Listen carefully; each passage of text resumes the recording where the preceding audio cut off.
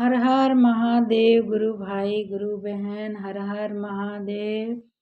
गुरु भाई गुरु बहन के चरणों में कोटि कोटि प्रणाम। मेरा प्रणाम स्वीकार करें।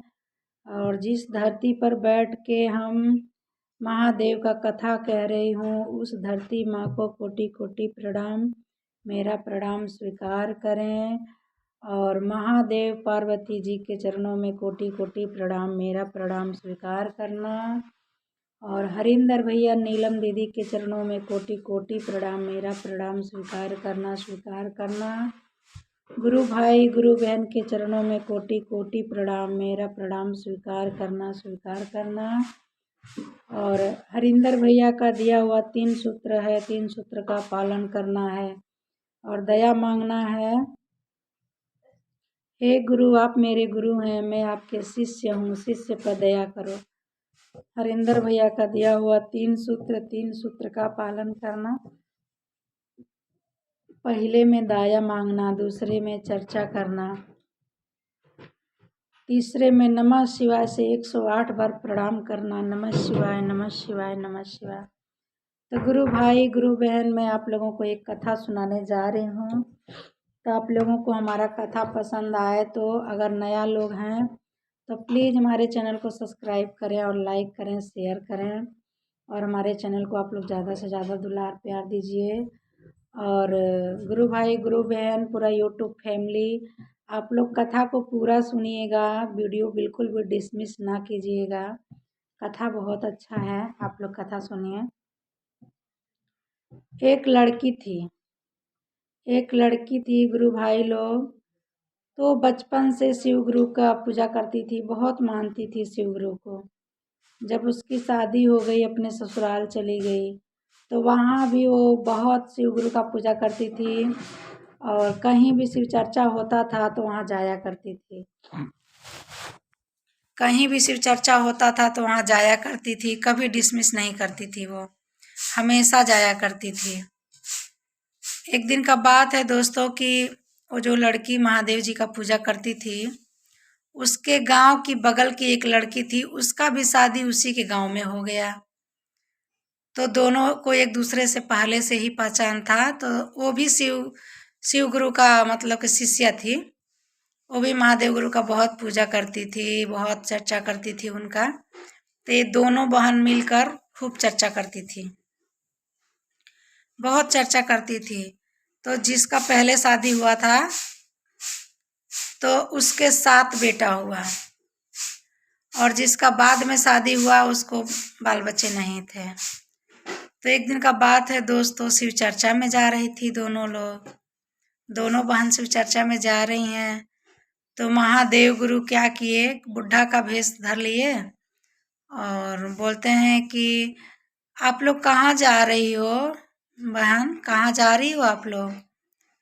तो जिसका बच्चा नहीं था वो बोल रही है ना, टोकना जरूरी था, टोक दिए हो। कहीं भी जाओ तो जरूरी है कि तुमको बता के जाएं, हम कहीं भी जाएं तुमसे क्या मतलब, चलो हटो हमारे सामने से। तो महादेव गुरु मुस्कुराकर साइड हो गया। तब तक बहुत नम्रता के साथ बोल रही है, जिसके 7 बच्चे हैं, बोलिए कि बाबा हम लोग शिव चर्चा में जा रहे हैं बाबा, जब हम लौटेंगे उधर से तो आपको प्रसाद देंगे बाबा, आप भी चलोगे तो चलिए। तो महादेव गुरु बोले कि नहीं बेटा, हम तो बुढ़ा हो गए हैं और हमें चलने की शक्ति नहीं है, मैं कहाँ जाऊँगा।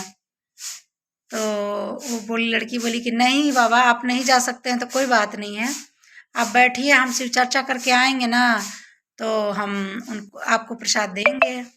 तो जिसका बच्चा नहीं था वो बोल रही है कि बचपन से ही पूजा कर रही हूँ शिव गुरु का, पता नहीं कौन सा पाप का फल हमें दे रहे हैं कि हमें बाझिन बना दिए, और हमारे गांव की तुम बहन हो तो देखो तुमको 7 बेटा दे दिए। तो वो जो बुढ़ा थे, मतलब महादेव गुरु थे, वो बोले बेटा सब अपने अपने कर्तव्य कमाई का चूक है, आप परेशान ना हो। फिर ये दोनों शिव चर्चा में चली गई। वहाँ से शिव चर्चा करके जब दोनों वापस लौट रही थी तो जिसको 7 बेटा था उसको ध्यान आया कि अरे बाबा को मैं प्रसाद देने के लिए बोली हूँ, बाबा को मैंने प्रसाद नहीं दिया। तो बोले कि रुको बहन, मैं बाबा को प्रसाद दे के आती हूँ। तो गई प्रसाद देने। जब प्रसाद देने गई तो महादेव गुरु प्रसाद खाए और खुश हो गए। बोले कि अरे वाह, तुम्हारे महादेव गुरु का प्रसाद कितना मीठा है, कितना मधुर है, बहुत अच्छा है तुम्हारा है। तो बोली कि हाँ बाबा, हमारे महादेव गुरु का प्रसाद बहुत अच्छा है, बहुत अच्छा लगता है खाने में, बाबा खाइए आप। महादेव गुरु खा लिए। खाने के बाद बोलते हैं कि अगर आप लोगों को कुछ चाहिए तो हमसे मांग सकती हो, मैं बहुत खुश हो गया हूँ। और आप लोगों को क्या चाहिए? तो जिसका बच्चा था वो बोल रही है कि बाबा हमें कुछ नहीं चाहिए, महादेव गुरु का दिया हुआ सब कुछ है, सिर्फ आप सब पर दया बनाए रखिएगा बाबा, हमको यही चाहिए कि आप अपना आशीर्वाद हमेशा बनाए रखें हम लोग के ऊपर, और कुछ भी नहीं चाहिए। तो उसको बोले कि तुमको क्या चाहिए बेटी, तुमको कुछ चाहिए तो बताओ।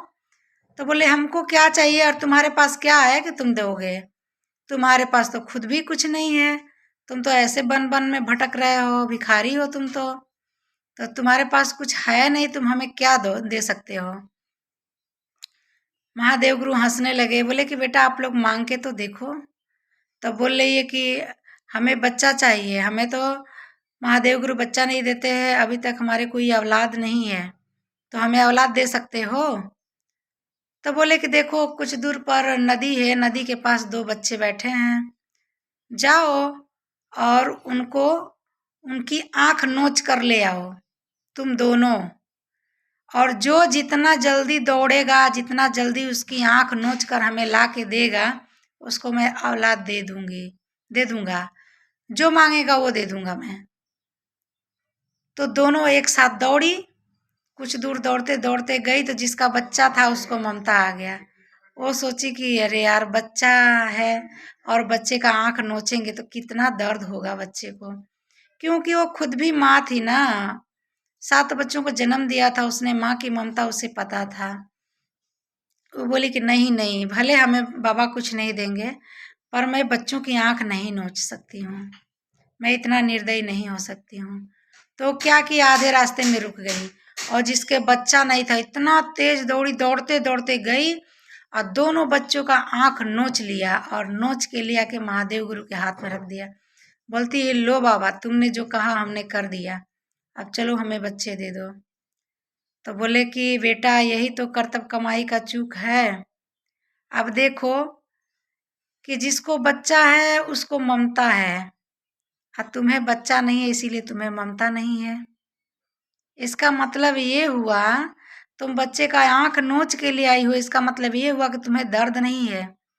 और जिसको ममता नहीं हो उसको भगवान औलाद कैसे दे सकता है बेटा?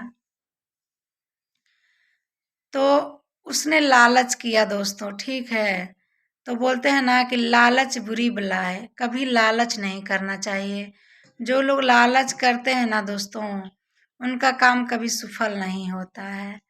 कभी भी किसी से भी सिर्फ आशीर्वाद का आशा आप लोग रखिए।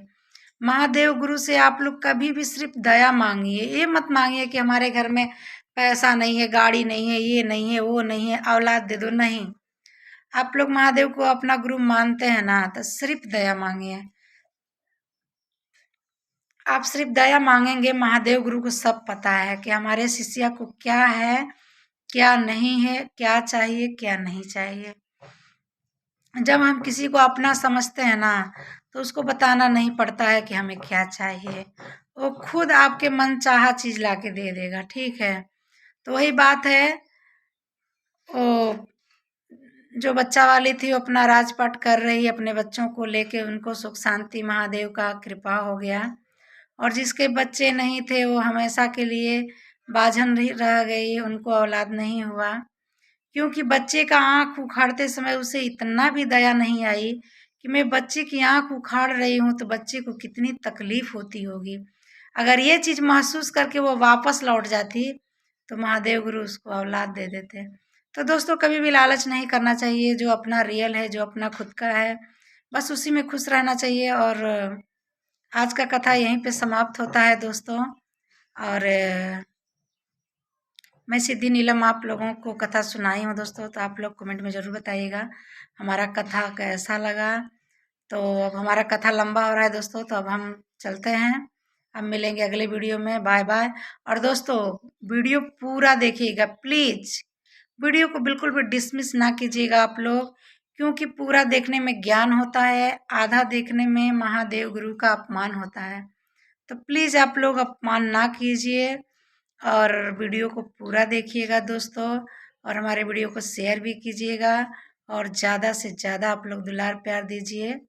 ठीक है, बाकी हम मिलेंगे अब अगले वीडियो में। तब तक के लिए बाय बाय। नमः शिवाय।